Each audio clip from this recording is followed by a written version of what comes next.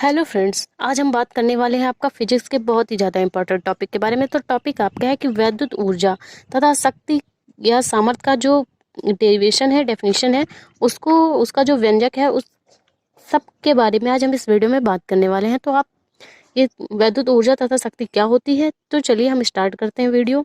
तो सबसे पहले बात करते हैं वैद्युत ऊर्जा की। वैद्युत ऊर्जा होती क्या है? किसी परिपथ में किसी परिपथ में धारा प्रवाहित करने में जो हमें किया गया कार्य प्राप्त होता है, वो आपका क्या होता है कि वैद्युत ऊर्जा होता है। तो चलिए इसका फिगर देखते हैं, जिससे आपको ये डेफिनेशन अच्छे से क्लियर हो। तो मान लेते हैं कि ये आपका कोई परिपथ है। तो जब हम क्या करेंगे, जब इसमें हम धारा प्रवाहित करेंगे, इसमें हम वोल्टेज V आपका आरोपित करेंगे, तो क्या होगा, धारा प्रवाहित होने लगेगी। तो इस धारा प्रवाहित होने में जो किया गया कार्य होगा, वो आपकी क्या कहलाएगी? वैद्युत ऊर्जा कहलाएगी। तो आप जानते हैं, आपने अनुगमन वेग के बारे में भी पढ़ा था कि यहाँ पे जब हम इसको विभवांतर V आरोपित करते हैं, तो यहाँ पे धारा बहने लगती है। तो यहाँ पे कुछ मुक्त इलेक्ट्रॉन्स होते हैं। जब इसमें धारा प्रवाहित होगी, तो वैद्युत क्षेत्र आपका होता है E। जब इसमें धारा प्रवाहित होती है, तो जो मुक्त इलेक्ट्रॉन है, इनमें जब धारा का प्रवाह होता है, तो क्या होते हैं, स्वतंत्र गति करने लगते हैं। और जो इसमें टक्कर होती है, वो उस टक्कर में जो सूक्ष्म वेग होता है, वो आपका अनुगमन वेग होता है। तो अब हम बात करने वाले हैं वैद्युत ऊर्जा के बारे में। तो चलिए उसको देखते हैं। तो यहाँ से फिगर से समझिए कि किसी परिपथ में जब हम धारा को प्रवाहित करते हैं, तो जब हम इस परिपथ में धारा को प्रवाहित करेंगे, तो किया गया जिसमें जो कार्य हम करेंगे, उसको क्या हम कहते हैं? वैद्युत ऊर्जा। तो वैद्युत ऊर्जा आपकी क्या होती है? परिपथ में प्रवाहित धारा में किया गया कार्य। तो आप जानते हैं, अब किया गया कार्य भाई होता है W।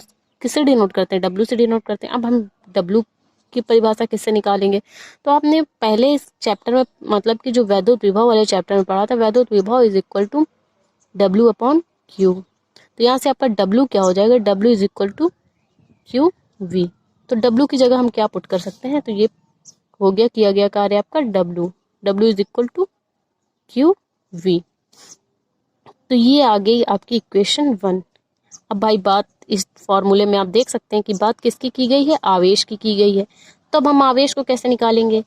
तो ये आपका फिगर है। तो इसमें हम मान लेते हैं, इस फिगर में जो हम वैद्युत धारा प्रवाहित कर रहे हैं, इसमें इसका Q मतलब T समय में जो इसका आवेश होगा, T समय में जो प्रवाहित धारा होगी, वो क्या हो जाएगी? तो T समय में प्रवाहित धारा आपकी होगी, प्रवाहित धारा क्या होती है? I is equal to Q upon T। ये होती है T समय में प्रवाहित धारा। तो यहाँ से क्या हो जाएगा? आवेश आपका क्या निकल के आएगा? Q is equal to I T. तो क्या निकल के आया? Q is equal to I T. तो दूसरा फॉर्मूला आपका आवेश का क्या बना? Q is equal to I T. T समय में प्रवाहित धारा के पद से हमने आवेश को निकाल लिया। तो हम यहाँ पे क्या पुट कर सकते हैं? अभी आपका एक सेकेंड, आप इस फॉर्मूले में देखिए कि फॉर्मूला क्या है। मतलब कि ऊर्जा is equal to Q V. तो अभी हमें Q का मान तो हम निकाल चुके हैं, अभी हमें V का मान निकालना है। तो आपने पढ़ा था ओम का नियम। अब भाई ओम का नियम क्या होता है? ओम का नियम आपने देखा था, V is equal to I R. ये होता है ओम का नियम। तो हम ये वाला जो पद है, इसको भी हम पुट करेंगे। तो यहाँ पे देखिए कि हमें निकालना क्या था? W is equal to Q V. और हमने निकाल लिए हैं, ये दोनों फॉर्मूले हमने निकाल लिए हैं, पहले आपका आवेश का, दूसरा ओम के नियम से। तो अब इन दोनों फॉर्मूलों के मान हम कहाँ पुट कर देंगे? आपकी जो W is equal to Q V. तो put this values of equation 1। तो चलिए वैल्यूज को हम पुट कर लेते हैं। तो W इज इक्वल टू क्या हो जाएगा? आवेश आपका क्या दिया? I T. इसको हम कर लेंगे एक ब्रैकेट में और इंटू आई आर। तो अब इसको हम करा देंगे अंदर गुणा, तो आई स्क्वायर आर। तो W इज इक्वल टू, पहला फॉर्मूला आपका निकल के आया W is equal to Q V. दूसरा फॉर्मूला आपका निकल के आया W is equal to I square R. तो आप देख सकते हैं, तो ये निकल के क्या है? W is equal to I square R T. तो ये आपका बन गया फर्स्ट फार्मूला, ये आपका बन गया सेकंड फार्मूला। तो अब एक चीज और ध्यान देने वाली है, यहाँ पे I R, V is equal to क्या होता है? I R. तो W इज इक्वल टू क्या कर सकते हैं? आई आर की जगह हम V पुट कर लेंगे। तो V आई टी। तो अब हमें करना क्या है? अब हमें लाना है प्रतिरोध के पद में। तो हम प्रतिरोध के पद में कैसे लाएंगे? अब हमें लाना है प्रतिरोध के पद में। तो आप जानते हैं V upon I is equal to क्या होता है? आर। तो भाई V upon I is equal to R, तो ये मान हम यहाँ पे पुट कर लेंगे। तो यहाँ पे केवल आई है और हमें V यहाँ पे एक्स्ट्रा लेके आना है। तो यहाँ पे हम क्या कर सकते हैं, V square T upon R, मतलब हम प्रतिरोध को क्या करेंगे, 1/r के पद में ले आएंगे। तो यहाँ पे हो जाएगा V square upon R, R का हम यहाँ पे कर देंगे भाग, मतलब आर का गुणा भाग करेंगे तो ये आ जाएगा। तो W इज इक्वल टू आपका क्या निकल के आया, V स्क्वायर आर मतलब V square T upon R. तो 3 फॉर्मूले W के निकल के आ चुके हैं। W is equal to Q V, W is equal to I square R T, W is equal to V square T upon R. ये आपके वैद्युत ऊर्जा के फॉर्मूले निकल के आ चुके हैं। तो अब हम क्या करते हैं कि वैद्युत शक्ति देखते हैं। तो आप जानते हैं 1 किलो कैलोरी ऊर्जा जो होती है वो किसके होती है, 4.2 जूल के बराबर होती है।